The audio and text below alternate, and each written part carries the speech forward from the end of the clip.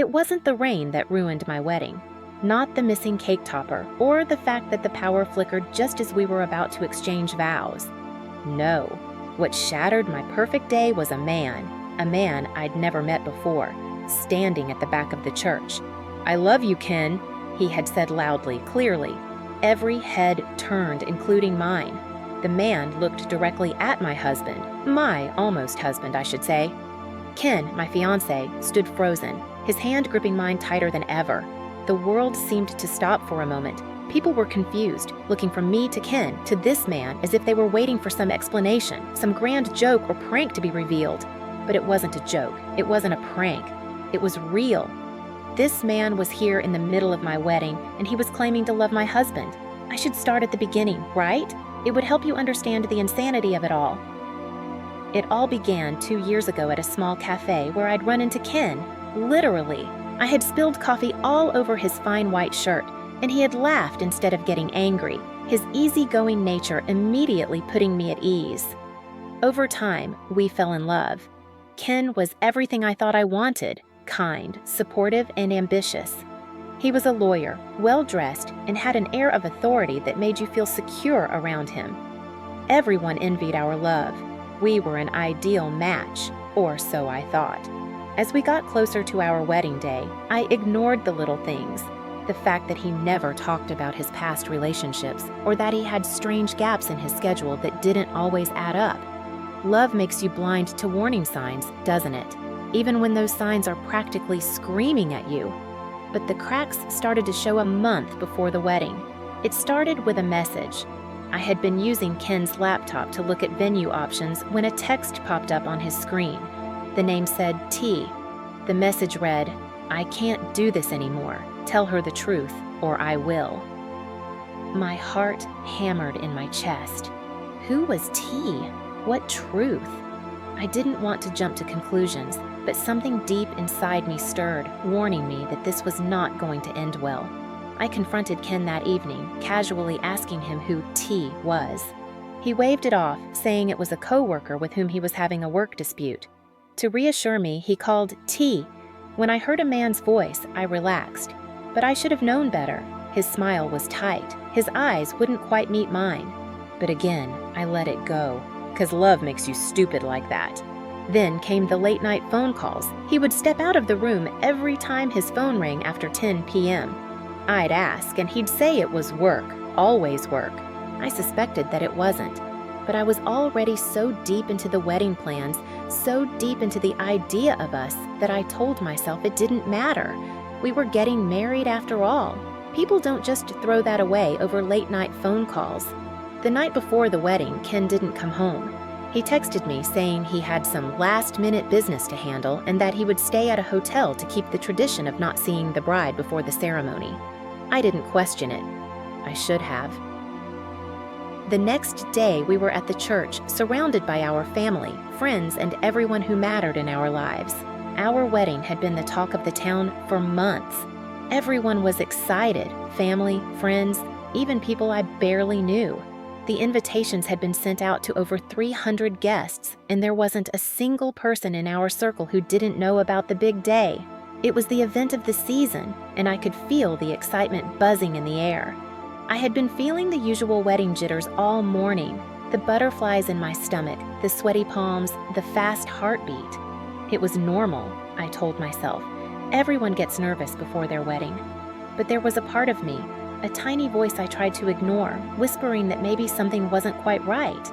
I took a deep breath, trying to calm the anxiety surging inside me. I looked at myself in the mirror, hoping that seeing the bride I had always imagined would quiet the doubts. I wasn't shy about it. I knew I was beautiful. With my tall, slender frame and smooth ebony skin, I had always drawn attention wherever I went. My natural curls were to die for, and the delicate lace of my gown hugged me in all the right places.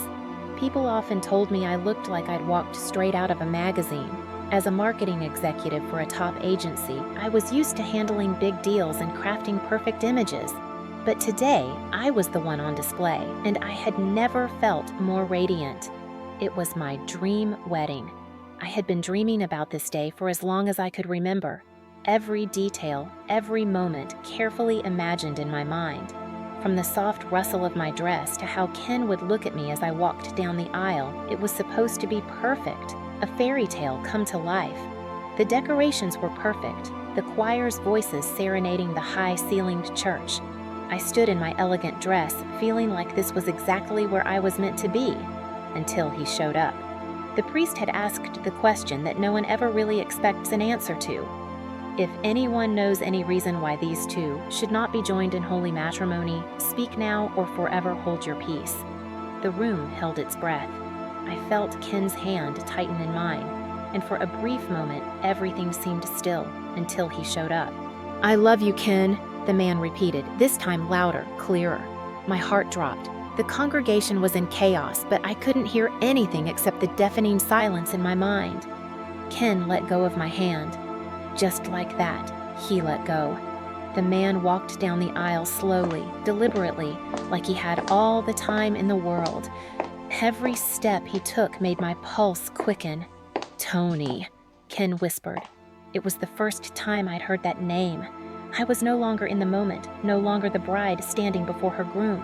I was a spectator, watching the carefully constructed walls of my life crumble before me. "This is who I am, Ken. You can't keep pretending anymore." Tony's voice cracked, and for a second, I saw the raw emotion in his eyes. This wasn't just some wild interruption. This was something deep, something hidden, something that had been festering beneath the surface of my relationship for God knows how long. Ken opened his mouth as if to say something, then closed it again.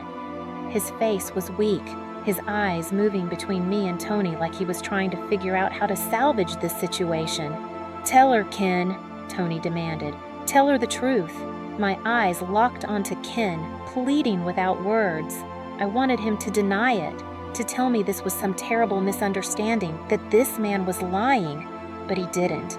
He just stood there, silent, his shoulders hunched under the weight of the truth. Tony's voice rose. "Tell her you've been lying this whole time, that you've been with me for years. Tell her that last night you were in my bed, not some hotel room." The shock rippled through the room like a wave. My bridesmaids were frozen in disbelief, their perfectly painted smiles fading. The groomsmen exchanged confused glances, some standing halfway out of their seats as if to intervene, but no one moved. The guests were whispering now, eyes wide and mouths agape, as they leaned toward each other, trying to piece together the scandal unfolding before them. It was like watching a nightmare unravel in slow motion, and I was stuck in the center of it. I wanted the ground to open up and swallow me. I had known, deep down, that something was off, but this was beyond anything I had ever imagined. I could feel the guests' eyes on me, pitying me. My perfect wedding was now a public humiliation. I couldn't breathe. "Ken, is this true?" My voice was shaky, barely a whisper. I needed him to say something, anything. I needed him to lie to me one last time so I could cling to the illusion that my life wasn't about to implode. Ken's eyes met mine, filled with regret and pain, but also with a sense of resignation. "I'm sorry, Anna," he finally said, his voice so soft it almost got lost in the chaos of the room. I never meant for you to find out like this." I stepped back, stumbling in my heels, my mind trying to process what he was saying. My husband-to-be, the man I thought I knew inside and out, was admitting it, admitting that he had been living a double life, that I had been nothing more than a cover, a mask for the world to see. The betrayal hit me like a punch to the gut. I doubled over, tears streaming down my face as my world crumbled into pieces. Everything I had believed in, everything I had worked for, was a lie. How could I have been so blind? In the beginning, I had admired Ken's restraint towards intimacy. He wasn't like the other men I'd dated, always pushing, always wanting to be physical. Ken was different. He never pestered me for sex and never made me feel uncomfortable, and I appreciated his patience and his self-control. I thought it was because he respected and valued me more than just the physical. I never imagined it was because there was something he was hiding, something that had nothing to do with me at all. "I'm so sorry, Anna," Ken repeated, but I could barely hear him. The The walls were closing in. I couldn't stay there. I couldn't be in the same room with him anymore. I turned and ran. I didn't care where I was going. I just needed to get away from it all. From the whispers, the stares, the betrayal. My wedding dress tangled around my legs as I fled down the aisle, out of the church and into the street. The rain soaked through my gown, but I didn't care. The pain was all-consuming, drowning out everything else. How could he do this to me? How could he lie for so long? My phone buzzed in my hand and I saw messages flooding in. Family and friends, all trying to figure out what had just happened and where I was. I ignored them all. I couldn't deal with anyone right now. I didn't know how long I had been running before I finally stopped, collapsing onto a bench in a nearby park. My makeup was ruined, my dress a soaked mess, but it didn't matter. I had nothing left. Weeks passed, and one day my phone buzzed with a new message. "I'm sorry, can we talk?" It wasn't from Ken, it was from Tony. I stared at the screen, my anger rising again, but I decided to meet him. I needed answers. We met in a small cafe the next day, ironically the same one where I had first met Ken. Tony looked nervous, but there was no egotism, no satisfaction in his face. He seemed genuinely sorry. "I didn't want it to happen this way," he began, his voice soft. "I never wanted to hurt you. But Ken, he wasn't going to tell you the truth, and I couldn't keep living in the shadows. We've been together for years, and he kept promising he'd come clean, but he never did." His words stung, but I couldn't entirely hate him. He had loved Ken, just like I had, and I could see the weight of his own heartbreak in his eyes. Tony wasn't the villain here. He was just as much a victim of Ken's deceit as I was. "I'm truly sorry, Anna," he continued. "I know what I did was selfish, and I don't expect you to forgive me, but I wanted you to know that it was never about hurting you." I nodded, the anger subsiding and replaced by an overwhelming sadness. I didn't know what to say. "I hope you both find peace," was all I could manage. 2 weeks later, I finally agreed to meet Ken. He looked like a shadow of the man I had once loved, but I couldn't forget the lies. "I'm sorry," he started, his voice hoarse. "I know I've ruined everything. I never wanted to hurt you, Anna. I didn't know how to tell you about Tony, about who I really am. I thought I could have both lives, that I could be the man you wanted me to be while still having him." I looked at him, searching for something, but I didn't know what. "Why didn't you tell me?" I asked, my voice barely above a whisper. "Why let it get this far?" Ken sighed, his eyes filled with regret. "I was scared of losing you, scared of what everyone would think. I thought I could control it, keep everything separate, but I was lying to myself just as much as I was lying to you." He paused, his voice growing quieter, more vulnerable. "In this country, people like me and Tony aren't just shamed, we're criminalized. It's illegal for us to marry, to be open, to just exist as ourselves. So we hide, we pretend. And to keep our parents, society, everyone off our backs, we marry women like you. We keep our real relationships in secret, living in constant fear. I know it's wrong and selfish. I know it's not an excuse. I know it's unfair. To you, to me, to everyone involved, and I'm so sorry.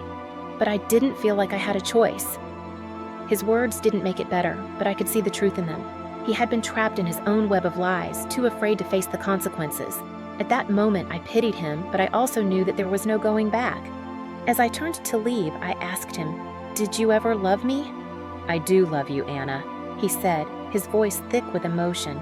"But not in the way you deserve to be loved, not in the way a husband should love his wife." Ken and Tony moved to another city not long after that. They needed a fresh start, away from the mess they had left behind. I heard from mutual friends that they were trying to build a life together. Although I couldn't forgive him, part of me hoped that they were safe and that they would find the happiness that had eluded them for so long.